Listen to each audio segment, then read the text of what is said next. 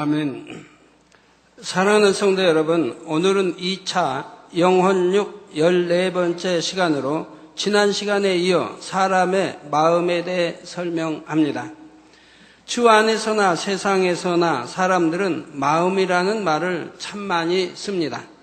그렇지만 마음이 무엇입니까? 하고 물어보면 정확하게 대답할 수 있는 사람은 없다시피 하지요. 영과 혼, 또 영혼을 구별하지 못할 뿐 아니라 마음에 대해서도 비슷한 의미로 생각하는 것입니다. 영혼육 교육을 통해 여러분은 이제 사람의 마음에 대해서도 밝히 배워나가고 있습니다. 여러분이 이 영혼육의 말씀들을 잘 양식 삼으시면 영이신 아버지 하나님의 마음도 더 깊이 이해할 수가 있지요. 또 구원의 섭리도 더 밝히 깨달을 수 있으며 더 신속하게 성결되는 길을 찾을 수 있는 것입니다. 오늘도 증거되는 말씀을 통해 여러분 자신의 마음에 대해 알 수 있으며 아버지 하나님을 닮은 온전한 영의 마음을 이루시기를 주님의 이름으로 축원합니다. 사랑하는 성도 여러분, 또한 전국의 화상을 통해 예배 드리는 모든 성도 여러분, 지교회 성도 여러분, 지성전 성도 여러분, 빛과 소금 성계 성도 여러분, 요식업 성계 성도 여러분, 전 세계 인터넷을 통해 예배 드리는 모든 성도 여러분, 아동주일학교 어린이 여러분. 지난 시간에는 사람의 마음이란 무엇인가에 대해 증거했습니다. 원래 처음 창조되었을 때의 아담은 마음이 곧 영이라고 했습니다. 하나님께서 생기를 불어넣으심으로 아담에게는 생명의식가 있는 영 자체가 만들어졌고 그 안에 영의 지식, 곧 진리의 지식들이 채워졌지요. 하나님께서 생명의식을 주셔서 영이 탄생했다고 해도 그 자체로는 하나의 영으로서의 구실을 할 수가 없습니다. 그 안에 진리의 지식들이 채워져야 하지요. 비유를 들어보면 갓난아이도 사람이지만 온전하게 사람 구실을 할 수는 없는 것과 같습니다. 이는 아직 온전한 하나의 사람으로서 필요한 지식이 습득되어 있지 않은 상태이기 때문입니다. 자신의 부모님도 모르고 사람이 어떻게 살아야 하는지도 모르고 옳고 그른 것도 분별하지 못하는 등 비록 사람의 영혼과 몸은 가지고 있지만 온전한 사람이라 하기에는 부족한 것입니다. 만약에 갓 태어난 아이가 늑대 이제 젖을 먹고 자랐다고 하는 그런 이제 이야기들이 있죠. 그럼 늑대 속에서 이제 늑대의 젖을 먹고 자랐다고 한다면 그건 분명히 보기에 사람이지만 늑대와 다름없게 행동하는 것을 봅니다. 그럼 이 사람이 갖춘 교양이니 지식이 이런 게 있는 것도 아니고 하나님 신을 찾는 것도 아니겠고 부모가 누군지 고향이 어딘지 전혀 모르게 되지요. 그리고 늑대가 행동하는 그러한 걸 따라 하게 되는 것을 보게 됩니다. 바로 이 지식 또는 이러한 것들이 입력되어 있지 않기 때문에 그렇죠. 그래서 혼이 자라질 못한 거죠. 자, 아기가 자라면서 여러 가지 체험을 통해 사람으로서의 지식들을 얻은 후에야 온전하게 사람으로서의 구실을 할 수가 있지요. 이와 마찬가지로 아담의 영이 만들어졌다 해도 영의 지식이 채워지고 난 다음에야 어엿한 하나의 영으로서의 의미를 가질 수 있었다는 사실입니다. 하나님에 대해 그리고 자신에 대해 배우고 하나님께서 창조하신 만물에 대해 배우며 선과 진리, 빛 등 영의 지식을 습득해서 영으로서의 구실을 온전히 할 수 있게 된 것입니다. 이렇게 영 안에 영의 지식이 채워진 것을 바로 아담의 마음이라고 할 수 있습니다. 그러나 이때는 마음이라는 말이 필요가 없었지요. 그냥 영이라고 한다, 즉 생령이라고 한다 이 말입니다. 마음이 곧 영이기 때문에 그냥 영이라고 부르면 되었던 것입니다. 마음이라는 건 쓰지 않았다 이 말이에요. 그런데 아담이 범죄한 후에는 이것을 더 이상 영이라고 부를 수 없게 되었습니다. 아담의 영이 죽은 상태가 되었기 때문에, 즉 점점점 죽어가게 되죠. 그래서 결과는 이제 죽은 상태가 되었기 때문에 곧 진리의 지식들을 하나하나 잃어버리고 비진리의 지식들이 채워졌기 때문에 즉 하나님이 심어준 진리의 지식들이 하나하나 버려지면서 원수마귀가 심어준 비진리가 그 안에 심어진다 이 말입니다. 그렇기 때문에 이제는 더 이상 영이라 부를 수 없게 되었고 이때부터는 마음이라고 부르는 것입니다. 이 영 안에는 생명의 지식만 있어야 되는데 이 생명의 지식이 빠져나오면서 비진리가 들어가기 때문에 이제 이 비진리와 이 생명의 지식 담은 영을 담을 수 있는 또 그릇이 필요했다 이 말입니다. 그래서 그 그릇을 마음이라고 칭하게 되었다 이 말입니다. 오늘은 이 마음에 대해 좀 더 자세한 내용들을 살펴보겠습니다. 먼저 마음의 크기에 대해 알아보죠. 오늘 말씀을 통해서 각자 내 마음은 얼마나 큰가 적은가 이렇게 분별해 보시기를 바랍니다. 종종 세상 사람들도 마음의 크기를 논하는 것을 봅니다. 어떤 사람에 대해서는 저 사람은 대인이다, 큰 사람이다, 바다같이 넓은 마음을 가졌다 칭찬하는가 하면 어떤 사람에 대해서는 저 사람은 소인배다, 마음이 밴댕이 속처럼 좁다. 자, 이 네 가지 중에 여러분은 어디에 해당되는지 각자가 점검해 보세요. 마음의 크기가 각각 다르다는 사실을 느낄 뿐 아니라 그 마음의 크기에 따라 사람을 대인이다, 소인이다 하고 나누는 것입니다. 실제로 마음은 사람마다 크기가 다릅니다. 그러면 사람의 마음의 크기를 설명하기에 앞서 우리 아버지 하나님의 마음은 어떤지 살펴보지요. 여러분 마음이 크기, 사람이 키가 크면 마음이 클까요? 아니면 몸집도 얼마나 크면 마음이 클까요? 어떤 사람들은 그냥 키 크면 속이 없다고. 죄송해요, 키 큰 분들. 그런 이제 말이 있잖아요. 키가 크다 해서 마음이 큰 것도 아니고 몸집이 우람하게 크다 해서 마음이 큰 것은 아닌 겁니다. 자, 그러면 사람의 마음의 크기를 설명하기에 앞서 우리 아버지 하나님의 마음은 어떤지 살펴보죠. 영이신 하나님의 마음은 그 크기가 무한하십니다. 이전 시간에도 설명했던 것처럼 하나님의 마음은 원래 빛과 소리로서 온 우주에 가득하게 펼쳐져 있었고 또한 그 마음 안에 모든 우주가 품어져 있었지요. 그 우주 안에 하나님께서 영의 세계도 만드셨고 유구 세상도 만드셨으며 지구와 천지 만물을 창조하고 다스리십니다.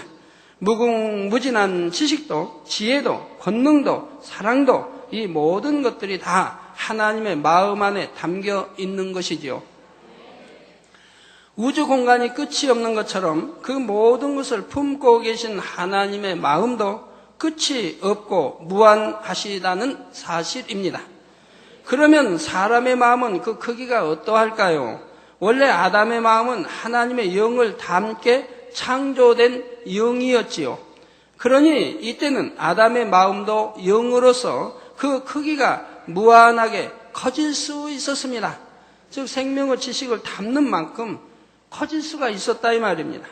물론 피조물인 아담의 영이 창조주 하나님의 마음과 똑같을 수는 없지만 하나님께서 그에게 영의 지식을 담아 주시는 만큼 한없이 넓어질 수 있는 것이지요. 그런데 사람의 영이 죽고 난 후에는 혼적인 것들이 영을 감싸 버림으로 마음의 크기에 제한이 생겼습니다. 영으로 무엇을 깨닫거나 느끼는 것이 아니라 혼적인 작용을 통해서 마음이 움직이게 되었기 때문이지요. 사람이 살아가면서 혼을 통해 어떤 지식을 얼마나 담아 놓았는가, 또 그 지식을 어떻게 활용하는가에 따라 그 마음의 크기가 한정될 수밖에 없게 된 것입니다. 자기 생각과 지식, 틀 이런 것으로 생명의 씨를 감싸므로 혼적인 한계 속에 살아가는 것이지요. 그런데 이처럼 혼적인 한계를 가진 사람들 중에서도 어떤 사람은 눈앞의 것만을 생각하기보다는 비교적 먼 훗날까지 바라볼 줄 알고 적은 유익에 연연하기보다는 더 큰 것을 생각합니다. 또 쉽게 감정이 요동하기보다는 인내하고 자비를 베풀 줄 아는 사람도 있지요. 이런 사람은 세상 사람들 중에서도 비교적 마음이 크다 인정을 받게 되며 많은 사람들이 그 안에 깃들이게 되는 것입니다. 그런데 영이 죽은 사람은 비교적 마음이 크다 해도 혼적인 한계를 넘지 못합니다. 예를 들어 삼국지에 나오는 유비 같은 사람은 그 마음에 사랑과 덕이 있어서 많은 사람들이 그 마음 안에 깃들여 왔으며 그 중에는 유비보다 지혜와 용맹이 더 뛰어난 사람들도 많이 있었습니다. 사랑이 많고 덕이 많기 때문에 선한 사람들이 모이게 그 안에 깃들이게 된다 이 말입니다. 그러나 유비도 결국은 육의 사람의 한계를 뛰어넘지 못하는 것을 볼 수가 있지요. 의형제를 맺은 관우가 죽임을 당하자 당장 원수를 갚으려고 서두르다가 멸망을 자초하고 말았던 것입니다. 바로 이것이 육의 사람의 한계입니다. 영으로 마음이 큰 사람은 사랑과 덕이 있을 뿐 아니라 그 사랑이 영적인 사랑이며 지혜와 명철, 인내와 절제 등도 함께 임하게 됩니다. 그런데 유비는 육의 사람이기에 사랑과 덕이 있어서 마음이 크다고 인정을 받았지만 사사로운 정과 욕심을 다스리지 못하므로 충신의 올바른 충고도 듣지 못한 것입니다. 삼고초래에서 참 귀하게 얻은 신하, 바로 제갈량의 충언을 듣지를 않습니다. 자기 동생의 의형제 맺은 동생의 원수를 갚기 위해서 충신의 간언을 듣지 않더라 이 말입니다. 그리하여 전국에 이제 참 전국적으로 군사를 모집해서 대군사를 일으켜서 오나라를 치러 들어가는 걸 봅니다. 유비가 친히 앞장서서 이제 오나라를 7, 80만 군대를 몰고 치러 들어갑니다. 그러다 오나라의 지략가가 있어서 그 7, 80만의 군대를 불로 다 소멸시켜버립니다. 그러므로 인해서 유비는 그 나라가 빨리 망할 수밖에 없는 이러한 일을 당하게 되죠. 동생의 원한을, 원수를 갚기 위해서 이렇게 나라를 망가뜨리는 일을 자초하더라 이 말입니다. 즉 사랑과 덕이 그렇게 있다고 하는 유비가 그러더라 이 말입니다. 우리가 예수 그리스도를 영접하고 성령을 받으면 성령으로 영을 나아가는 만큼 육의 한계를 뛰어넘어 영적으로 큰 마음을 가질 수 있게 됩니다. 마음에 있는 비진리의 지식을 버리고 진리의 지식을 채워 넣는 만큼 곧 영의 지식을 채워 영으로 변화되는 만큼 그 마음이 무한하게 넓어질 수 있는 것이지요. 맨 처음 창조되었던 아담의 마음은 어떠했습니까? 하나님께서 맡기신 천하 만물을 지배하고 정복하고 다스릴 뿐 아니라 모든 육축과 공중의 새와 들짐승들의 이름을 지을 수 있는 지혜와 지식이 있었습니다. 곧 하나님께서 맡기신 만물을 품을 정도로 큰 마음이었던 것이지요. 오랜 세월 동안 에덴 동산에 살면서 낳은 수많은 후손들도 아담 안에 품어져 있었고 영의 존재인 그룹들을 거느리고 있었으며 그가 에덴을 지킬 때에는 원수 마귀 사단이 감히 넘보지 못할 정도의 권세도 가지고 있었습니다. 영의 사람이 되어가는 만큼 이러한 영의 마음을 회복해 나가며 그 크기가 커져 나가는 것입니다. 영이신 아버지의 지혜와 사랑 또한 능력과 권세 등을 다 소유하게 되는 것이지요. 다만 눈에 보이는 육의 세계만이 아니라 신령한 영의 세계까지도 그 마음에 품어지기 때문에 육의 사람으로서는 알 수 없는 것을 알 수 있으며 육의 사람으로서는 할 수 없는 것을 하게 됩니다. 이 영의 사람이 되면 육의 사람으로서 알 수 없는 것을 알게 되고 또 육의 사람으로서 할 수 없는 것을 하게 된다 이 말입니다. 그러니 육의 사람들이 볼 때는 이렇게 영의 사람, 마음이 큰 사람들을 볼 때 마치 신과도 같이 여기게 되는 것입니다. 사랑하는 성도 여러분, 아버지의 마음과 영의 세계의 크기는 무한하며 영의 사람만이 그 세계를 알 수가 있습니다. 또 영의 세계에 속한 사람의 마음 또한 영의 사람만이 느끼며 알 수가 있지요. 육에 있는 사람들은 아버지의 마음을 모를 뿐 아니라 영의 사람의 마음을 알 수가 없습니다. 그래서 육의 사람이 자신의 한정된 마음에 맞춰 영의 사람을 이해하려고 하면 많은 판단이 나오게 되지요. 예를 들어 오늘날 사람들이 성경을 읽으면서도 성경에 나오는 믿음의 선진들에 대해서 얼마나 많은 판단을 하는지요. 성령의 감동 속에 그들의 마음을 느끼는 것이 아니라 자기 생각 속에서 해석하기 때문에 오해와 잘못된 판단이 나오는 것이지요. 예를 들어 하나님께서 믿음의 조상 아브라함에게 독자 이삭을 제물로 바치라 하셨을 때 어떤 사람들은 아브라함은 이 말씀에 순종하기가 너무나 힘들었을 것이다. 이삭을 번제로 드리기 위해 산에 오르면서도 몇 번이고 되돌아오고 싶었을 것이다 생각하는 것입니다. 또 하나님이 3일기를 준 것은 3일 동안에 번민하게 하신 것이다. 즉 믿음을 시험한 것이다. 순종해서 가는 것 같다가 또 마음이 변해서 되돌아갈까 말까, 순종할까 말까, 그 마음을 저울질하는 것이다. 그래서 3일기를 줬다. 결국은 3일 동안 가다가 결정을 해서 이제 순종했다. 이렇게 설교하는 분들도 있는 것을 봅니다. 그러나 아브라함은 이미 맨 처음 하나님께서 그에게 아무런 약속도 없이 본토 친척 아비집을 떠나라 하셨을 때에도 망설이지 않고 순종했던 믿음의 사람입니다. 더구나 이삭을 바칠 때는 그로부터 수십 년 동안 연단을 받으면서 죽은 자도 살리실 수 있는 전능하신 하나님의 역사를 무수히 체험했을 때이지요. 아내를 2번이나 다시 찾아올 수 있었고 또 소돔고모라의 심판도 다 보았고 많은 하나님의 역사를 체험했다 이 말입니다. 하나님의 권능과 선하심을 전적으로 신뢰하는 아브라함은 이삭을 바치라 하실 때에도 한치의 망설임 없이 이삭을 드릴 수 있었던 것입니다.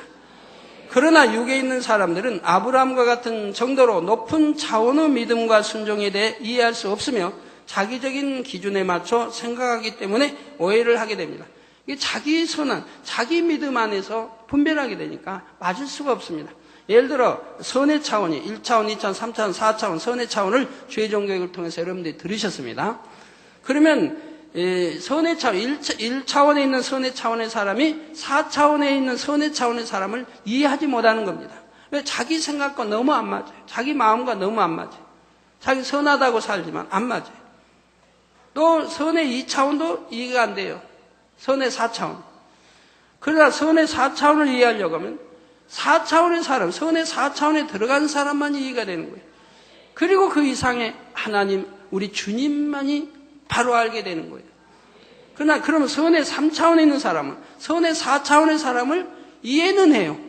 그러나 정확하게 이해는 못해요. 왜? 자기도 선의 3차원밖에 안 되기 때문에 선의 4차원을 100% 이해하지는 못해요. 그러나 가깝기 때문에 그래도 어느 정도 이해는 하게 되는 것이라 이 말입니다. 사랑도 마찬가지입니다. 육의 사람이 영의 사람의 사랑을 알 수 없는 것이고, 그러나 영의 사랑은 육의 사랑, 영의 사랑을 다 알 수 있는 것이고, 믿음도 마찬가지입니다. 육의 믿음이 영의 믿음을 이해할 수 없는 것이고, 그러나 영의 믿음은 영의 믿음뿐만 아니라 육의 믿음을 이해하게 되는 것입니다. 또 열왕기상 19장에 보면 엘리야 선지자가 하나님 앞에 탄식하는 장면이 나옵니다. 왕상 19장 4절에 스스로 광야로 들어가 하룻길쯤 행하고 한 노된 나무 아래 앉아서 죽기를 구하여 가로되 여호와여 넉넉하오니 지금 내 생명을 취하옵소서. 나는 내 열조보다 낫지 못하니이다 했습니다. 어떤 사람들은 너무 힘든 고난을 당하게 되면 하나님을 원망하면서 차라리 죽고 싶다 하지요. 이런 것처럼 엘리야도 하나님 앞에 그런 원망의 기도를 했다고 오해하는 사람들이 있는 것입니다. 그러나 이는 엘리야의 마음도 그 믿음도 이해하지 못함으로 전혀 맞지 않는 말을 하고 있는 것이지요. 엘리야는 모든 이스라엘 백성들 앞에서 자기 생명을 걸고 하나님의 역사를 나타내 주었습니다. 또 하나님과 수없이 교통하며 만나고 하나님 함께 역사를 보았습니다. 가마귀를 통해서 먹을 걸 하나님이 주셨고, 또 과부를 통해서 물도, 떡도, 밀가루 없을 때 밀가루 계속 나오는 거 보았고, 기름병에 기름이 떨어질 때 기름이 계속 공급되어지는 걸, 하나님의 권능으로 공급되어지는 걸 보았습니다. 비가 오지 말라 기도할 때 오지 않고 오라 기도할 때 오는 것도 보았습니다. 곧 850인이나 되는 이방 신의 선지자들과 대결하여 하늘로부터 불이 내리게 하였고 3년 반의 가뭄 중에 비가 오게 하는 등 크신 하나님의 권능을 나타내 주었지요. 이렇게 놀라운 역사들을 베풀어 주었는데도 악한 왕비 이세벨은 엘리야를 죽이려 했고 엘리야는 이세벨을 피하여 광야로 피신해야 했습니다. 하나님을 지극히 사랑하고 이스라엘 백성들을 심히 사랑하는 엘리야로서는 우상을 숭배하여 멸망으로 가는 이스라엘 백성들이 너무나 불쌍하기에 또 엄청난 권능을 보여주어도 오히려 더 악을 바라는 악한 사람들을 볼 때 너무나 심령이 상해버렸기에 이런 애통의 기도가 나왔던 것입니다. 이는 육의 사람들이 사사로운 고통을 이기지 못해 차라리 죽고 싶다고 원망을 바라는 어리석은 기도와는 전혀 다른 차원의 기도이지요. 이처럼 영의 마음을 가진 사람들에 대해서는 자신이 영의 마음을 이룬 만큼 또 성령의 음성을 듣는 만큼 깨달아질 수가 있는 것입니다. 그렇기 때문에 성경을 사사로이 풀고 해석하고 설교해서는 아니 되는 겁니다. 저도 개척에서 지금까지 22년 동안 하나님이 성경 60막 풀어주시는 것만 대부분 지금까지 설교해왔습니다. 그렇지 않고 설교한 것은 불과 몇 편밖에 되지 않습니다. 하나님이 다 풀어주신 것만 설교했어요. 왜? 틀려서는 아니 되기 때문에. 그러나 사사로이 설교했을 때, 저 옛날에 들었던 신학교 다닐 때 큰 주의종통에 들었다든가 입력되어진 이런 것들이 계시외, 아버지 주신 말씀 외에 나갈 때 난중에 보면 틀려 있는 것을 보게 된다 이 말입니다.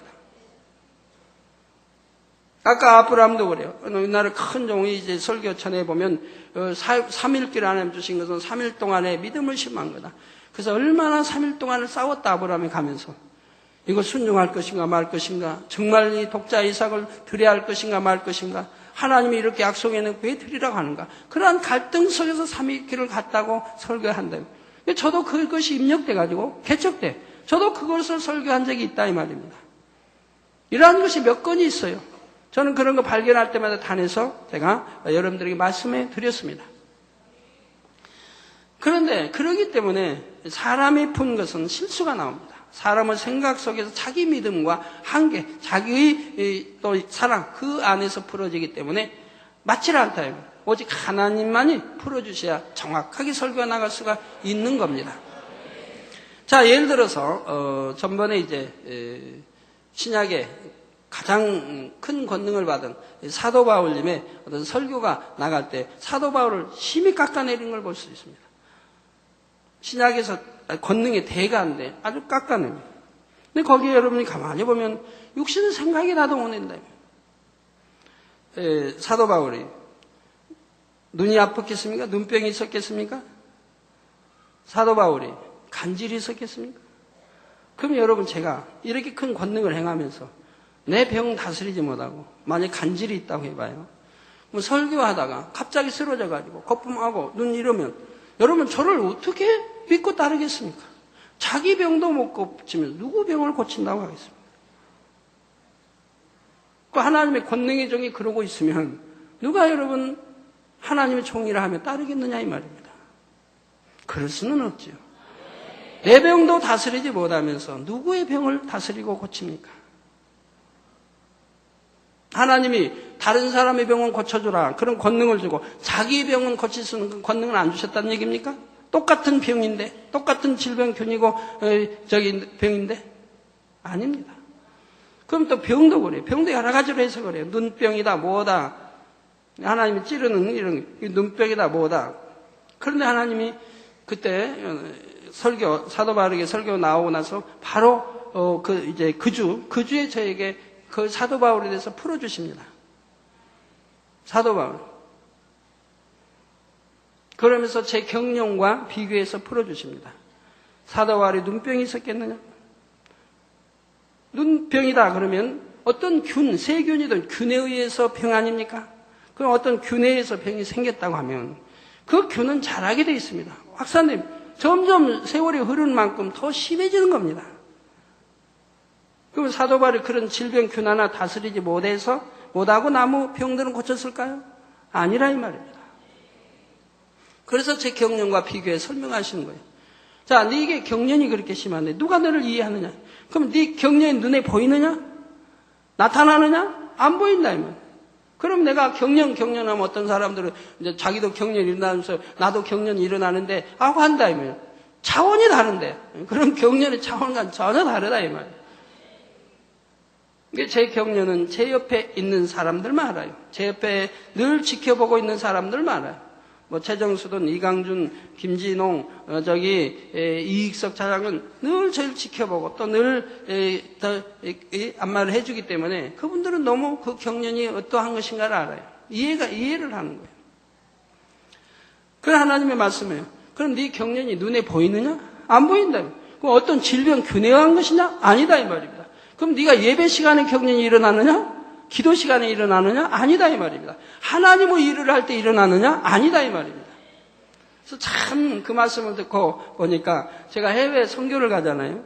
해외 선교 가면 선교할 때는 경련이 일어나지 않습니다. 물론 비행기 안에서는 일어나는데 도착에서는 이제 선교가 끝날 때까지 이게 마지막 날 저녁 집회가 끝날 때까지는 경련이 안 일어납니다. 그 저녁 집회가 끝나고 나면 그 저녁부터 또 일어납니다. 이제 마음이 안도가 되고 하나님이 끝냈으니까 그러면서 그때부터 또 경련이 일어나요. 그러니까 예배 시간에 하나님 일할 때는 일어나지 않는다 이 말이에요. 기도할 때 안 일어난다. 여러분과 상담하고 여러분 만나서 경련이 일어나는 거 봤어요? 안 일어난다. 눈에 보이지도 않는다. 어떤 질병균에 의한 것이냐? 아니다 이 말입니다. 그럼 왜 일어나느냐? 하나님의 나라고 또 재정이든 또 성도의 영혼 문제 같은 죄를 천국으로 인도해야 돼. 이런 모든 것을 복합적으로 너무 애통하고 너무 근심과 이러한 것이 되어지기 때문에 그런 것이 모두어져서 이제 쉬려고 할 때, 자려고 할 때 이때는 이제 그러한 것들이 떠올려지면서 경련으로 표출되어 나온다 이 말입니다. 사도 바울도 바로 그런 것이라고 하나님 말씀하는데 어떤 질병균에 의해서 찌름이 되고 고통받은 것이 아니라 이 말입니다. 하나님이 나를 너무 염려 근심하기 때문에 그러한 것과 또 처음부터 성결되어 권능이 주어진 것이 아니고 연단 받아가면서 이렇게 주어지는 것이기 때문에 아직 이제 버리지 못한 이런 교만 이런 것이기 때문에 그 권능을 행하면서 자칫 교만해질 수도 있다. 이러한 것을 다스릴 수 있도록 하나님이 가시로 주신 것이라 하면 어떤 질병균이 아니라 그래서 그러한 것이 올 때 내가 기도해야 되겠구나 하고 기도하게 되고 그래서 더 낮아지고 자기를 발견하여 버리게 되면서 기도해 나가니 또 이길 수 있는 힘이 오고 충만함을 입고 더 능력이 주어지는 이렇게 아버지가 이끌어 가셨다고 말씀을 하신다 이 말이에요. 수많은 연단을 받아요. 수많은 핍박과 매를 맞고 감옥에 갇히고 이러한 것을 겪어야 하기 때문에 사도 바울은 겪어야 하기 때문에 그렇기 때문에 기도 시험시 해야 된다. 이게 기도를 시키기 위한 아버지 또 하나의 가시 역할을 그것이 한 것이라 이 말이에요. 그리고 어떤 아픈 거 질병, 균, 세균 이러한 것이 아니라 이 말입니다. 이해가 되세요? 그럼 여러분들이 사도 바울은 왜 그렇게 권능 있는 사도가 지킴을 못 받고 그 많은 핍박과 조롱과 매를 막 감옥에 갇히고 피 흘리고 노상 강도 위험하면서 당해야 했습니까? 그것이 하나님의 사랑인 겁니다. 사도 바울은 그게 하나였어요. 왜? 사도 바울의 중심은 편견함이 없어요. 간사함도 없어요. 악함이 없어요. 배신이 없어요. 예수님을 몰랐기 때문에 예수 믿는 사람들 잡아다 감옥에 가뒀다 이 말이에요.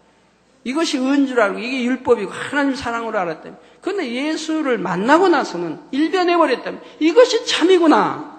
우리 예수님 만나고 이것이 참이구나 한 것을 알고 나서부터는 오직 주님을 위하여 생명을 바치기로 한 것이라 이 말입니다. 그래서 오직 한 길, 그 길만 그는 갔다. 명예도 권세, 감, 모든 지식 다 버려버리고 오직 주님만을 위해서 그 길을 갔다. 이 십자가의 도를 증거해서 갔다. 그러면 그렇게 사랑스러운 하나님 보시기 합당한 사람을 만약에 그렇게 권능 행하고 그리고 천국 가면 세유사면 좋은 곳에 높은 위치에 갈 수가 있나요? 못 갑니다. 왜요? 원수마귀가 송사한다 이 말이에요. 이제는 이렇게 아까워 예수 믿는 사람 잡아서 감옥에 가지고 이런 자가 어떻게 세유사람이 그렇게 높은 소리에 들어갈 수가 있습니까? 라고 송사하게 된다며. 이게 공의 하나님이 그렇게 드릴 수가 없다며. 그럼 어떻게 해요? 그러기 때문에 원수마귀의 사단을 통해서 그 많은 핍박과 그 많은 고통과 어려움을 겪게 한 것이라며. 그렇게 해서 다 겪어서 예전에 지었던 모든 것들을 씻어버렸기 때문에 이제는 아무리 천국의 높은 소리에 올려도 원수마귀가 송사할 수가 없게 되더라 이 말입니다. 우리 주님의 십자가 지심과 동일한 것이라 이 말입니다. 송사할 수가 없게. 그러니까 하나님은 그런 마음이 합한 자들은 어찌하든 연단해서라도 큰 그릇으로 그래서 천국의 설 높은 곳으로 인도하시는 것이라 이 말입니다. 마음이 큰 자, 큰 그릇, 큰 자. 그래서 다윗도 마찬가지라 이 말이에요.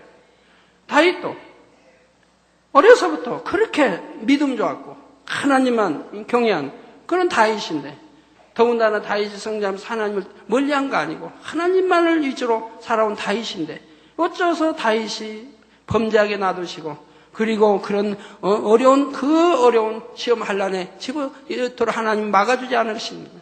왜 막아주지 않으신 것입니까? 그게 하나님의 사랑이라 이 말이에요. 얼마든지 하나님이 다윗을 깨우쳐서 막아주실 수 있었다 이 말입니다. 악을 행치 않도록. 그런데 하나님이 허용하신 것은 다윗도 본성 속에 악이 있다 이 말입니다. 이 악을 발견하여 버릴 수 있도록 하나님이 외면하신 것이라 이 말이에요. 악을 버릴 수 있도록. 그래가지고 자기 악을 발견했습니다. 바로 선지자를 통하여 죄를 지적합니다. 그러니까 하나님이 합한 사람은 죄를 지적하면 그 자리에서 아멘입니다. 변명하지 않습니다. 아멘. 그리고 회개하게 됩니다. 순종합니다. 그리고 회개합니다. 그러나 사울은 하나님의 합한 자가 아니죠. 그러니까 그는 변명합니다. 지적을 해도 변명하고 그냥 한다 이 말이에요. 나무 탓으로 돌리고. 이렇게 그릇이 다르다 이 말이에요. 이 다윗은 지적하다 바로 인정하고 그리고 회개하더라 이 말입니다. 순종하더라. 그래서 하나님이 주신 연단을 감사하게 받아나간다 이 말입니다. 그러니까 받아나가니 결국은 어떻게 됩니까? 그 연단을 통해서 그는 성결된 자로 나온다 이 말이에요. 성결된 자. 악이 없는 성결된 자로 그 연단을 통해서 나오게 되더라 이 말이에요. 그러니까 다윗은 한 달에도 그만큼 서일 높은 큰 위치에 들어갈 수가 있는 거예요. 그래서 하나님이 그를 통하여 부르실 때 합한 자라고 있다는 거예요. 하나님 마음에 합한 자라. 이렇게 합한 자는 하나님이 연단해서라도 큰 그릇으로 만들어 쓰시고 축복을 주시는 것이라 이 말입니다.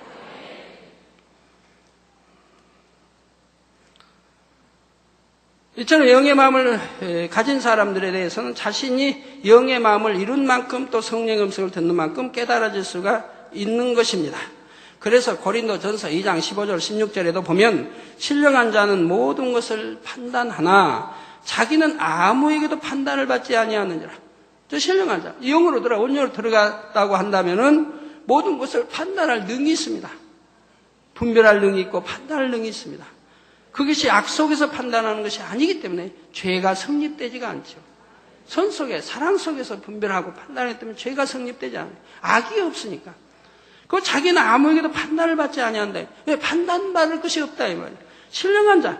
저 온전히 여기서는 그냥 신령한 자를 언제 온유로 들어간 사람 지금 말하는 거예요. 이러한 자는 누구에게 판단을 받을 이유가 없다. 왜? 하나님도 판단하지 않으신데 누가 판단하느냐 이 말이에요. 그래서 누가 주의 마음을 알아서 주를 가르치겠느냐 판단한다면 그가 주님이 하나님이 돼가지고 하나님을 가르치는 것과 같은 것이라 이 말입니다. 그러니 얼마나 이 판단이 죄가 크다는 걸 여러분 알아야 됩니다. 누구를 판단하고 정죄하는 것이 얼마나 그 죄가 크다는 걸 알아야 돼요. 왜? 그 사람 마음은 그 사람만이 아는 거고 그 사람의 믿음과 위치에 그 사람의 사랑 그런 위치에 동일할 때 그 사람 마음을 이해하고 하는 거예요. 영의 사람 마음을 육의 사람이 알 수 있는 게 아니에요. 영의 사람의 사랑을 육의 사람의 사랑이 알 수 있는 거 아니에요. 육의 사람이 판단하면 맞는 게 아닙니다. 하나님만이 그러니까 하실 수 있는 거예요. 그래서 누가 주의 마음을 알아서 주를 가르치겠느냐. 그러나 우리가 그리스도의 마음을 가졌느니라. 그러니까 우리가 주의 마음을 가져야 된다. 우리가 주의 마음, 주님의 마음을 담고 주님의 마음을 품고 주님의 마음이 되어져야 한다 이 말입니다. 자, 사랑하는 성도 여러분, 이렇게 주의 마음을 가지고 영의 마음을 가지면 영의 사람에 대해서뿐만 아니라 육의 사람에 대해서도 어떤 오해나 판단, 정죄가 나오지 않습니다.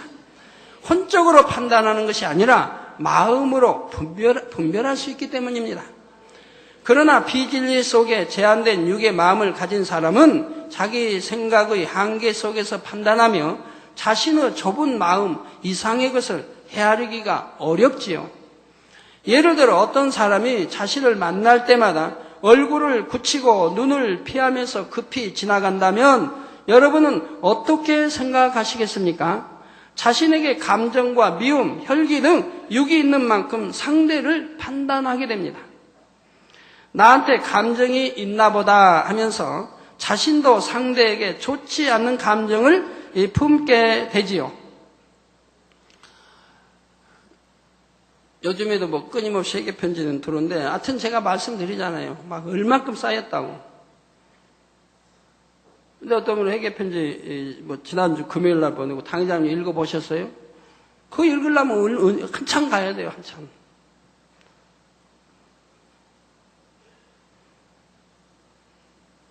왜? 쌓여진 순서대로 보니까, 순서대로. 그러니까 이해해 주셔야 돼요. 그리고 제가 보내지 말라고 하잖아요, 보내지 말라고. 회개 기간, 회개 두 차례 주신 거 다 지났는데, 이제 뭐하러 보냈냐, 이 말이에요.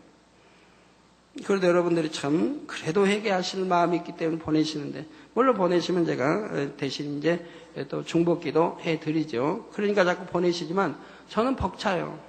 벅차고, 시간도 없는데, 근데 시간을 할애해야 되니까, 너무 지금 이게 쉽지 않은 거예요. 이거 빨리 정리를 하고. 그리고 지금, 대성전을 위해 그거에만 정진해야 되는데 지금 이게 올무가 잡혀가지고 좀 못하고 있는 거예요. 너무나 안타까워요. 그런데 그 회개 편지를 읽다 보면 별게 다 있지만 많은 분들이 아직도 오해를 해요. 나 당회장님하고 몇 주 동안을 이렇게 이제 마당에서 말이죠. 몇 주 동안 당회장님이 자기 눈을 안 쳐다봤다는 거예요. 외면했다는 거예요, 당회장님이. 자기가 어떤 죄를 지었는데 당회장님이 그래도 당회장님이 앞에 나가서 이렇게 악수도 하고 하려는데 당회장님이 몇 주 동안을 눈을 피했다는 거예요, 자기 눈을. 그래서 당회장님도 감정이 있나 보다. 당회장님도 이런 미움이 있나 보다. 이렇게 판단했다고 하는 것을 회개한다고 이제 오는 거예요. 또 어떤 사람은 당회장님은 악수를 자기는 안 해줬다. 근데 자기도 어떤 죄를 지었는데 당회장님 그걸 아시는지 악수를 안 해줬다는 거예요. 그러면 이제 금요일하는 끝나고 갈 때 보면 악수를 다 하려고 하지만 못하는 분이 많이 있죠. 왜? 차는 계속 가고. 여러분 손은 이렇게 일일이 게 몇 줄씩 막 써서 오기 때문에 저는 최대한 악수를 하려고 하지만 악수를 못하는 분이 있어요. 못하면 저는 최대한 그분 얼굴이라도 보려고 제가 해요. 차 밖으로 얼굴에서. 악수를 못한 대신에. 그래서 악수를 못하는 경우가 있지. 제가 개척해서 22년 동안 한 번도 저 사람은 죄를 지었으니까, 저 사람은 악하니까 내가 눈을 피하거나 악수를 안 했다, 해야 할 때 입장에 안 했다든가 한 적은 한 번도 없어요. 아버지 하나님이 아시거니와 그런 적이 한 번도 없다. 누가 죄를 지었다. 그러면 저는 그 사람을 더 가까이 했습니다. 더 가까이. 왜요? 죄가 미운 것이고 죄를 짓게 한 마음은 밉지만은 그러나 사람을 미워하진 않아요. 사람은. 그러나 누가 죄를 지었다 해서 제가 피하거나 이러지는 않는다. 왜? 그 사람이 더 긍휼히 간다 이 말이에요. 긍휼히. 그렇기 때문에 사랑도 간다 이 말입니다. 사랑도. 그래서 미워하거나 싫어본 적이 없어요. 아무리 죄를 많이 지었어도 여러분들. 제가 여러분 많이 죄지고 모르나요? 대부분 다 알지. 그런다고 그분 내가 외면하고 말 않고 거절하고 하던가요? 더 가까이 해주려. 왜? 내가 그렇게 해줌으로 그가 두려운 것이 아니라 가까이 나오게 해주고 그리고 그가 감동을 입든 은혜를 받든 어떻게 이렇게 힘을 받아서 이제는 돌이킬 수 있도록 죄를 버리고 돌이킬 수 있도록 그렇게 해주기 위해서 더 사랑으로 대한다 이 말이에요. 그래서 돌이키면 한 영혼 얻는 것이고 또 천국으로 인도하니 얼마나 좋습니까? 제가 외면하면 상대도 무서워 두려워할 것이고 좀 외면하다 보면 은혜 떨어지고 믿음 떨어지고 이로부터 힘도 못 받을 것이고 그러면 어떻게 합니까? 결국 더 어렵게 빠지지 않겠습니까? 그래서 저는 절대 그러지 않는다. 죄졌다고 외면하고 악하다고 외면하고 한 적이 없어요. 더 가까이, 더 친절하게 하려고 전에 애를 썼어요. 그러니까 이제부터는 제발 그런 편지 꽤 와요 지금도. 제발 그러지 마세요. 뭐 싫어서 어떻게 해서 뭐 그냥 눈 안 맞추고 그런 게 아니에요. 최대한 맞추려고 하지만 거기에 빠지는 수가 있지. 몇 주 동안을 그랬다고 몇 주를 빠졌는지는 모르지만 그분의 생각 속에 당회장님 나를 안 보시려고 한다. 이러면 이렇게 이미 판단하고 있기 때문에 그렇게 느껴지는 거지. 그런 적이 없다 이 말이에요. 네, 그래서 나한테 감정이 있나 보다 하면서 자신도 상대에게 좋지 않은 감정을 품게 되죠. 그러면서 악이 있으면 판단이 나오고 정죄가 나옵니다. 그러나 영의 마음을 가진 사람은 그런 판단이 전혀 나오지 않습니다. 싫어해서 그러는 것이 아니라 오히려 사랑하지만 어렵게 느껴져서 그럴 수도 있고 수줍음이 많아서 어색해 하는 것일 수도 있으며 그 밖에 여러 가지 이유가 있을 수 있는 것이지요. 그리고 필요하다면 성령께서 역사하심으로 마음에서 정확한 사실을 깨닫게 해 주시고 화평을 이룰 수 있도록 역사해 주시는 것입니다. 또한 이렇게 영의 마음을 이룬 사람에게는 수많은 사람들이 깃들게 됩니다. 교회 안에서도 주의 종이 얼마나 영의 마음, 큰 마음을 가졌느냐에 따라 그 마음 안에 수많은 영혼들이 깃들게 됩니다. 마음의 크기가 작은 만큼 일꾼들과 부딪히고 화평이 깨어지며 양떼들 힘들게 하게 되지요. 여러분 지교의 교육자들, 여러분 마음 그릇이 커봐요. 그럼 많은 양떼가 깃드는 거예요. 깃들어 와요. 근데 마음 그릇이 적으면 성도들이 열심히 전도해서 10명을 전도해 왔다. 그러면 10명이 또 빠져나가니 부흥할 수가 없어요. 전도해 와도 또 빠져나가니 부흥이 안 돼. 그러면 10명을 전도해 왔는데 8명이 빠져나갔다. 그러면 2명 남았어요. 그냥 그 정도 조금씩 부흥하는 거죠. 10명이 전도해 왔는데 그냥 한두 명 나고 8명이 남았다. 그러면은 그때는 큰 부흥을 가져올 수가 있는 거죠. 그래서 한 1000여 명, 성도의 한 1000여 명까지는 살필 수가 있죠. 얼굴도 알고 이름도 대충 그리고 대충 살필 수가 있는 게 1000여 명까지는 품을 수가 있어요. 제 경험으로 보니까 한 1000여 명은 품을 수 있어요. 예배인은 1000여 명, 2, 3천 명, 4, 5천 명 등록, 한 7, 8천 명, 한 10,000여 명 등록했을 때는 품을 수가 있습니다. 어디 사는지도 대충 알고, 또 가끔가다는 신방도 해줄 수 있고, 품을 수가 있어요. 그때는 양떼가 제가 품을 때는 양떼 떨어져 나간다는 게 기적이었어요. 등록이 하고 떨어져 나간다는 게. 떨어져 나간 영혼이 없다시피 했어요. 품을 때는. 근데 이제 교회가 점점 크다 보면 이제 제가 할 수가 없잖아요. 제가 감당할 수가 없잖아요. 저는 또 다른 일 해야 되고. 여러분, 교구장도 마찬가지고, 나 선교, 지도교사도 마찬가지고, 지교회 마찬가지고. 여러분이 마음 그릇이 커서 품는 만큼 부흥하게 되어 있습니다.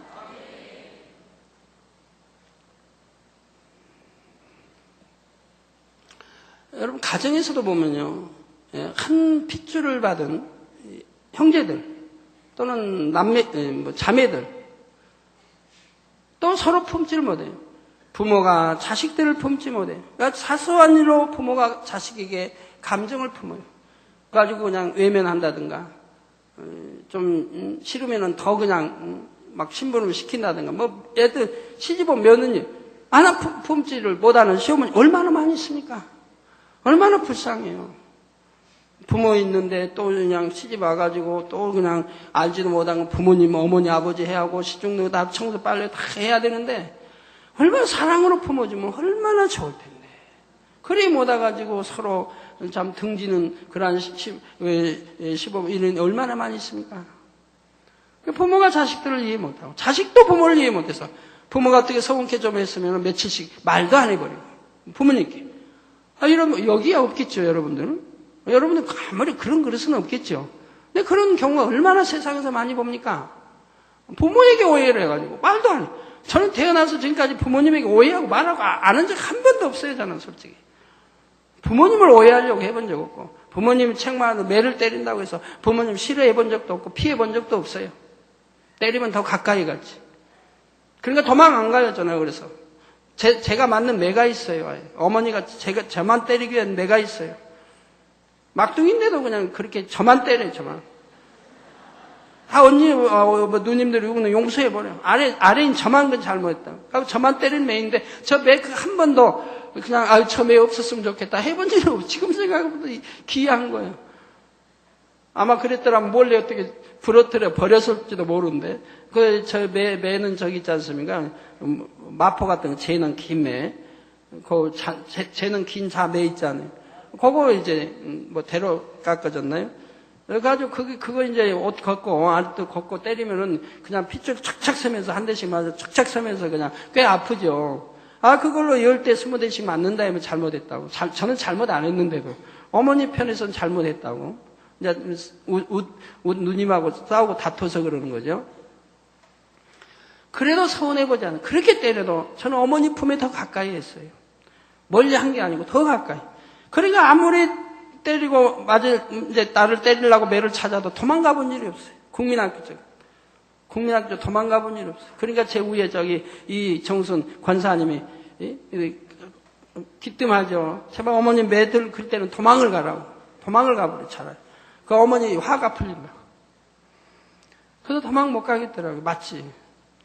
그런데 부모님에게 오해를 하고 부모님에게 감정을 품고 말도 안 하고 며칠씩 그냥 쌀쌀하게 지내는 가정이 있는가 하면, 같은 어머니 핏줄을 타고 아버지 핏줄을 타고 나온 형제끼리도 또는 자매끼리도 남매끼리도 오빠 여동생 또는 남동생 누님 같은 끼리도 서로 이해하지 못하고 감정을 품는 그런 가정들을 얼마나 많이 봐요.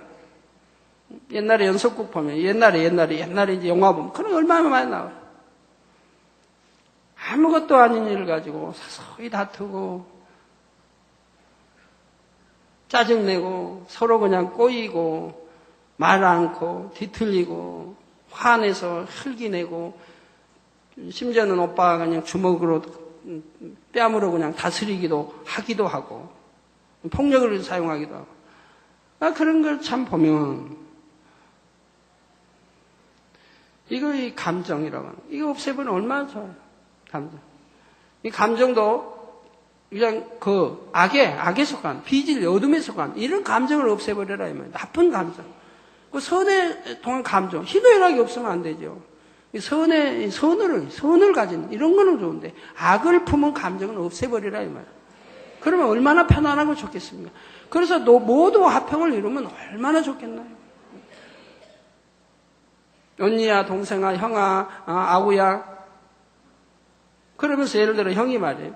어디 같은 가족이니까 밖에를 나가면 반드시 신고하고 나가야죠. 가족이 있는 누구에게 신고를 해. 나 어디 가는데 몇 시쯤에 들어올 예정이다 하고 가야죠.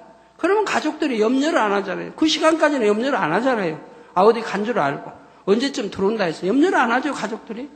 나중에 늦게 들어온 부모님이라 할지라도 동생이 있든 언니가 있든 오빠가 있든 신고하고 하면 얼마나 좋아요. 다녀왔으면 다녀왔습니다 하면 얼마나 좋아요. 또 위에 머리도 마찬가지예요. 머리도. 형도 동생이 집에 있으면 동생아 나 어디 좀 다녀오겠다. 몇 시쯤 들어올 예정이다.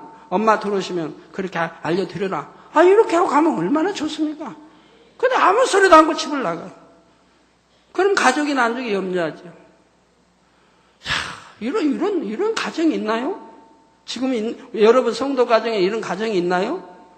없겠죠? 우리 성도님 진리 안에 그래서 사는데 이런 가정은 없겠죠. 근데 그런 가정이고 그런 마음이라면 얼마나 한 핏줄을 타고 나서도 힘이 들겠어요, 서로가. 늘 삐질 것이고 다툴 것이고 싸울 것이고 네가 옳다 내가 옳다 할 것이고 누구 탓 할 거 아닙니까? 그 사소한 아무것도 아닌 가지고도 싸운다 이 말이에요. 그런 싸울 거 있으면 자기 마음에 죄 아까 싸워서 빨리 버리려고 해야 하는데 괜히 왜 사람과 싸워요? 가족끼리 싸우고 아내가 남편을 이해 못하고 남편이 아내를 이해 못하고 서로 또 이런 것도 있고요. 그래서 마음의 크기가 작은 만큼 일꾼들과 또 부딪히고 화평이 깨어지고 양떼들 힘들게 하게 되고요. 그래서 여러분 기관에서도 보면 기관이나 사무실도 보면 몇 사람 안 되는 그 안에서도 몇 사람 그 안 되는 안에서도 화평이 깨지고 서로가 그냥 힘들어하고 윗사람 때문에 어떤 사람이 힘들어하고 아랫사람들이 말 안 들어 힘들어하고 다 마찬가지죠. 왜 힘들어야 됩니까? 더구나 주 안에서 왜 힘들어야 됩니까? 아랫사람은 온유한데 윗사람이 좀 깐깐하고 좀 심해서 그렇게 힘들게 한다. 그럼 아랫사람도 그릇이 커서 포용해버려요. 다 마음에 담아버려요. 그러면 힘 안 드는 거예요. 하나도. 아, 저분은 저렇게 깐깐한 분이다. 저분은 저렇게 지적하는 분이다. 저분은 저러니까 내가 이해하고 다 이해하고 품어버리면 아무렇지도 않잖아요. 우분도 마찬가지. 아래 말을 안 듣는다고 힘들어할 거 없어요. 안 들으니까 아주 영으로 안 들어서 내가 웃사람 하는 거지. 그래서 잘 가르쳐서 영으로 이끌도록 이렇게 해나가면 되는데 사람마다 성격이 다르고 교양이 다르고 다 모든 게 다르니까 그걸 이해해서 품으라 이 말이에요. 막. 그러면 힘들 게 하나도 없다면 서로가 이해해주고 거기에 맞춰주고 상. 그럼 힘들 게 하나도 없지 않습니까? 그러면 얼마나 화평한 사무실이 되겠습니까? 그래서 우리 교회도 전부 사무실 벽을 헐어버려요. 벽을. 저 회사처럼 벽을 헐어. 제가 이번에 아침에 보고받고 나서 깜짝 놀랐어요. 저는 워낙 안 돌아다녀가지고 어디가 방이 있는지 다 이렇게 벽이 이렇게 있는지 몰랐는데 보고받고 나서 깜짝 놀랐어요. 어디나 방들이 있고, 어디나 방이 있고, 밀폐된 방, 밀폐된. 방만 해도 수도 없이 교회 안에는 많다는 얘기예요. 그러다 밀폐된 공간. 사무실 여기서 하면 저쪽 보이면 얼마나 서로 은혜롭고 좋아요. 회사처럼 이쪽 밑에만 막고, 여기는 유리를 달든 플라스틱 달든 이렇게 해서 이쪽에 저쪽이 보이면 얼마나 은혜롭고 좋습니까? 그런다고 대화 소리가 들리는 거 아니니까 일에 방해되는 거 아니고요. 서로 보면 얼마나 좋아요. 이게 보이게 다 만들어놔야 되는데 왜 전부 밀폐시켜놨느냐 이 말이에요. 그럼 왜 이렇게 수많은 방이 있느냐 이 말이에요. 마음의 크기가 작은 만큼 일꾼으로 부딪히고 앞에 깨어지면 양떼도 힘들게 하게 됩니다. 상대를 힘들게 하지 않으려면 마음그릇을 넓히면 되겠죠. 또 자기도 힘 안 들려고 하면 마음을 넓히면 힘 안 들어요. 속상해하다. 마음이 좁으니까 그러죠. 이거 없애버리면 속 안 상하면 힘 안 들잖아요. 뼈도 안 상하고, 그러니 오장육부도 안 상하고, 그러니 병도 예방되고, 얼마나 다 좋은 건데. 자, 그러나 영으로 일궈 큰 마음을 가지면 사랑과 덕으로 자신이 맡은 모든 영혼들을 품어 그들이 하나님의 사랑을 느낄 수 있게 해주고 권능을 행하여 하나님의 역사를 체험하게 해줍니다. 찌르고 부딪혀 오는 양떼, 육적인 양떼라 해도 다 이해하고 참아주고 넉넉히 품어줄 수 있지요. 그러니 자연히 부흥이 더하는 것입니다. 영적으로만 아니라 육적으로도 마찬가지입니다. 사업 더 일 더해서도 여러분이 영으로 이루어 마음을 넓히는 만큼 더 많은 사람들의 마음을 살 수 있고 지혜도 능력도 더 커집니다. 더구나 성령의 음성을 듣고 인도를 받으니 무엇을 하든지 좋은 열매를 거둘 수 있는 것이지요. 사랑하는 성도 여러분, 지금까지 마음의 크기에 대해 알아보았습니다. 자, 여러분 각자의 마음 크기는 얼만큼 한지요? 영의 지식을 소유하고 영의 마음을 이루는 만큼 마음이 커지는 것을 설명했지요. 이렇게 여러분이 온전히 영의 마음으로 이루기 위해서는 이제 여러분의 마음의 구성 성분을 알아야 합니다. 내 마음 안에 어떤 비진리가 있는지를 알아야 그 비진리의 지식들을 버리고 진리의 지식으로만 채워나갈 수 있지요. 여러분은 마음에 대해 분석을 해보면 먼저 선을 쫓기 원하는 명백한 진리의 마음이 있습니다. 그리고 명백하게 악한 비진리의 마음도 있지요. 사람마다 이 진리와 비진리의 비중이 서로 다르기는 하지만 어쨌든 이 두 가지의 마음이 다 있습니다. 그래서 어떤 것을 결정할 때, 품을 때, 말하고 생각할 때도 이 진리의 마음이 더 강하냐, 비진리의 비중이 더 강하냐에 따라서 결정권이 달라지는 거 봐요. 악이 더 많으냐, 선이 더 많으냐, 아마 결정할 때 악을 쫓아가게 되고, 선이 더 많다면 악을 이기고 선을 쫓아가게 되고, 이렇게 다 다르다 이 말입니다. 그래서 어쨌든 이 두 가지 마음이 다 있습니다. 그런데 이 두 가지 마음과는 또 다른 하나의 마음이 있는데 바로 본성이라는 것입니다. 이 본성 속에는 진리도 있고 비진리도 섞여 있는데 본성 속에 있는 비진리는 스스로가 발견하지 못하는 경우가 많습니다. 스스로가 발견해서 버리면 되는데 발견하지 못하는 경우가 있어요. 그러니까 내가 외적으로는 하나님 말씀대로 살아요. 계명 지키고 살아요. 그러니까 본성 속에 있는 악을 발견하지 못하는 경우가 있어요. 그러지만 이 본성 속의 악을 발견해서 버려야 영으로 들어가는 걸요. 그래서 이 하나님께서 자기 자녀들을 사랑하시기 때문에 이제 이게 다 이제 버리고 나면 본성 속의 악을 발견할 수 있도록 하나님이 은혜를 주십니다. 즉 즉 연단을 주시는 거예요. 그 연단을 통해서야 내 안에 이런 악이 있구나. 이게 이제 발견되는, 이것이 본성 속의 악이라 이 말입니다. 이게 이제 발견되어야 그걸 이제 버릴 수가 있죠. 그래야 성결로 들어갈 수 있고 영으로 들어갈 수가 있다 이 말이에요. 그래서 내가 본성 속의 악까지 발견해서 버렸을 때야만이 참으로 하나님의 항상 기뻐하라, 깨기도하라, 범사에 감사하라, 그 간단한 말씀 같은데도 그 말씀이 내 것이 완전히 돼버린다 이 말이에요. 그래서 어떤 상황에도 기쁨이 나오고 희열이 나오고 감사가 나오고, 그래서 그 기쁨은 하나님이 유럽도 주시는 기쁨과 내 내적인 깊은 곳에서 나오는 기쁨이에요. 내 내적인 깊은 곳에서 솟아나는 기쁨. 이 기쁨은 어느 누구도 빼앗을 자가 없어요. 어떤 시험이든 환난이든 어떠한 현실을 통해서 내 이 속에서 나온 속사람의 기쁨은 아무도 빼앗아가지 못한다 이 말입니다. 이 기쁨이 여러분 나와야 돼요. 이 기쁨이 나오려면 이제 영으로 들어갔을 때 이 기쁨이 나오고, 그러면 거기서부터는 새로운 신앙 차원이 돼요. 신앙이 힘들다는 건 한마디도 없어요. 억지로 하는 게 없어요. 누구 눈치 봐서 하는 게 아니에요. 아버지와 나 사이에요. 누가 뭐라 하지 아니해도 내 스스로 하나님을 향해서 움직여지는 거예요. 마음과 또 충성 모든 것이 보든 보지 않든 나오는 거예요. 이게 이제 참 신앙이죠. 이때부터가 참 신앙이 되죠. 스스로가 발견을 못한 경우가 있고요, 본성. 그래서 나름대로는 열심히 비진리를 싸워 버렸는데도 이 본성 속에 있는 비진리를 발견하지 못하고 버리지 못함으로 여전히 영으로 들어가지 못하는 경우가 있지요. 그렇다면 이 본성이라는 것은 과연 어떻게 만들어졌으며 어떻게 하면 발견하여 버릴 수 있을까요? 이에 대해서는 다음 시간에 설명하도록 하겠습니다. 은혜를 사모하시고 경청에 들으신 분들은 이 다음 시간 말이 나오면 그냥 철렁한다는 분들이 있어요. 가슴이 철렁한데 지금 설명을 딱 듣고 싶은데 그냥 다음 시간에 이어지겠으면 가슴이 철렁한데. 결론을 말씀드립니다. 사랑하는 성도 여러분, 어떤 사람들은 교회에 다니게 되면 사람이 좁아지거나 편벽되어진다고 오해를 합니다. 그런데 사업하는데도 어려움이 있다고 말하기도 하고요. 술도 끊고 담배도 끊고 세상적인 관계들을 끊어나가니 좁아지고 편협된다는 것이죠. 그 사교성이라는 것이 또 끊다 보니까 안 되어져서 사업하는데 지장을 받는다고 또 말하죠. 그러나 영의 마음을 이루면 결코 좁아지는 것이 아니라 하나님 안에서 무궁무진하게 넓어지며 모든 것을 마음에 품는 대로 이룰 수가 있습니다.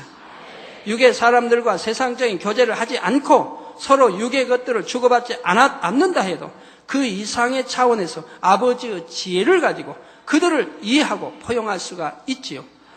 또한 지배하고 다스릴 수도 있는 것입니다. 그래서 고린도후서 6장 11절에서 13절에 보면 고린도인들이여 너희를 향하여 우리의 입이 열리고 우리의 마음이 넓었으니 너희가 우리 안에서 좁아진 것이 아니라 오직 너희 심정에서 좁아진 것이니라. 내가 자녀에게 말하듯 하노니 보답하는 양으로 너희도 마음을 넓히라. 이게 여러분 가정에서 누가 잘 찌르는 사람, 여러분 성교에도 좋아요, 사무실도 좋아요, 가정에서도 좋아요, 학교에서 좋아요, 직장에도 좋아요. 누가 잘 찌르는 사람 있잖아요. 상대 흠만 보려고 하고 자기는 뭐 잘하는 거 없는데 그냥 보려고 찌르고 이런 사람들 있죠. 양염소 비교하면 염소 같은 사람이 있다. 이런 사람이 있는 것이 축복인 겁니다. 축복인 거예요. 그 사람 때문에, 그 사람이 나를 찌르기 때문에 나를 발견할 수 있는 거예요. 내가 얼마나 악한지 선한지. 그 사람이 아무리 찔러대도 내가 아멘 하고 포용할 수 있다고 하면 이제 그 다음에는 아무리 찔러도 안 아파요. 찔러도 안 아파요. 솜털 같은 솜에다가 찌르면 솜이 아파하겠습니까? 소리가 납니까? 안 나잖아요. 그러나 돌이나 쇠에다가 찌르면 쨍소리든 소리가 둔탁한 소리 나지 않습니까? 내 마음이 솜털 같은 마음이 돼버리면 누가 찔러도 아픈 줄 몰라요. 애통은 있어요. 왜? 저 사람이 저러면 안 되는데, 저 사람 회개하고 돌이켰으면 저는 악한 마음이고 손으로 이런 애통한 마음은 있지만 그런다고 해서 어떤 아픈 고통 세상 사람이 느끼는 그런 건 받지 않아요. 그래서 누가 찌르는 사람이 있으면 참 좋은 겁니다. 그 찌르는 사람 때문에 내 영혼이 잘 돼가는 거니까요. 근데 찌르는 사람을 아멘으로 받고 찌를 때 나를 발견해서 저 사람 찌를 만한 요소가 있는가 발견하면 버리면 되고 회개하면 되고, 찌를 요소가 없는데도 저 사람이 오해하든가 저 사람 아껴 찌른다. 그러면은 그걸 편안하게 그냥 내가 수용할 수 있는 이런 그릇이 되면 아주 그래서 자꾸 내 그릇이 넓혀가고 커가는 것이니까 얼마나 좋아요. 찌르는 사람 때문에 내가 연단받아 더 큰 그릇이 되어지니까요. 그런 사람이 없으면 나를 발견하지 못하는 거예요. 그래서 가정에도 보면 하나님이 연단 주제 그 찌른 사람 하나씩 두어서 찌르게 하는 거 봐요. 그걸 찌러서 가족이 다 변해봐요. 가족이 다 온전하게 변하면 그 다음에 찌르는 사람을 하나님이 변화시키는 거예요. 왜? 이 사람 공로가 크잖아요. 이 사람 찌르기 때문에 가족이 연단 받아서 이게 영혼이 잘 됐으니까 하나님 이 사람 버리겠습니까? 그 다음에 다 해서 쓰시고 나서 그 다음에 이 사람에게 은혜를 줘서 이 사람이 또 변하게 만드시는 거예요. 그런 공의에 그러면서 사랑의 하나님이세요. 누가 나 찌르면 저 사람 악해서 나 찌른다 그러지 말아요. 내가 연단받을 아직도 버려야 할 것이 있나 보다 하고 아멘. 자매님 참 감사합니다. 형제님 참 감사합니다. 가족이 아닐 때 가족이라면 누구 언니 참 감사해요. 나 이렇게 그냥 언니가 이렇게 지적해줘서 나 이렇게 자꾸 발견해서 버려서 나 자꾸 큰 거를 만들어주니 언니 참 감사해. 동생아 참 감사하다. 네가 언니를 이렇게 그냥 자꾸 찌른다고 하면 또 비유상하니까 찌른다고 하지 말고 네가 자꾸 나를 이렇게 지적해 주니까 나를 발견해서 내가 자꾸 너희 언니답게 변하더니 얼마나 감사하나 동생아. 나 너 사랑한다. 아유 이거 얼마나 좋습니까. 그냥 대화를 해도 이렇게 해야지. 네가 나 찌르니까 나 힘들다. 그러지 말고 네가 나 자꾸 지적해 주니까 나를 발견할 수 있어. 야 동생아 참으로 감사하다. 얼마나 좋아요. 같은 대화를 해도. 그러면 동생이 감격을 할 수 있잖아요. 감동을 받잖아요. 내가 괜히 언니 찔렀나 보다. 나 언니 이렇게, 안 그래. 이렇게 바뀌잖아요. 네, 그래서 자녀에게 말하되 하노니 보답하는 양으로 너희도 마음을 넓히라. 마음을 넓혀요, 마음을. 그릇을 좀 키워요. 요한복음 17장 23절에 보면 곧 내가 저희 안에 아버지께서 내 안에 계셔 저희로 온전함을 이루어 하나가 되게 하려 함은 아버지께서 나를 보내신 것과 또 나를 사랑하심 같이 저희도 사랑하신 것을 세상으로 알게 하려 함이로소이다 하셨지요. 영의 마음을 이루면 곧 주님의 마음을 이루는 것이고 주님과 아버지와 마음이 하나 되는 것입니다. 그럴 때 여러분은 무엇이나 구하는 대로 응답을 받음으로 그 축복으로 인해 세상 사람들 앞에서도 하나님께 사랑받는 증거를 보일 수 있게 되는 것이지요. 사랑하는 성도님들은 부지런히 하나님의 말씀을 양식 삼아 무한한 영어 지식들을 취해 나가시기 바랍니다. 그래서 세상 사람들같이 육의 한계 속에서 좁아지는 것이 아니라 만물을 지배하고 정복하고 다스리던 아담과 같은 넓고 큰 마음을 이루시기를 주님의 이름으로 부탁드립니다. 말씀 바로 환자 기도 들어가도록 하겠습니다. 아픈 곳에 손 얹어주시고 또 연약한 곳 얹어주시고 또 마음에 손 놓고 기도 받으시겠습니다. 할렐루야. 아버지 하나님, 이 시간에 친히 안수해 주옵소서.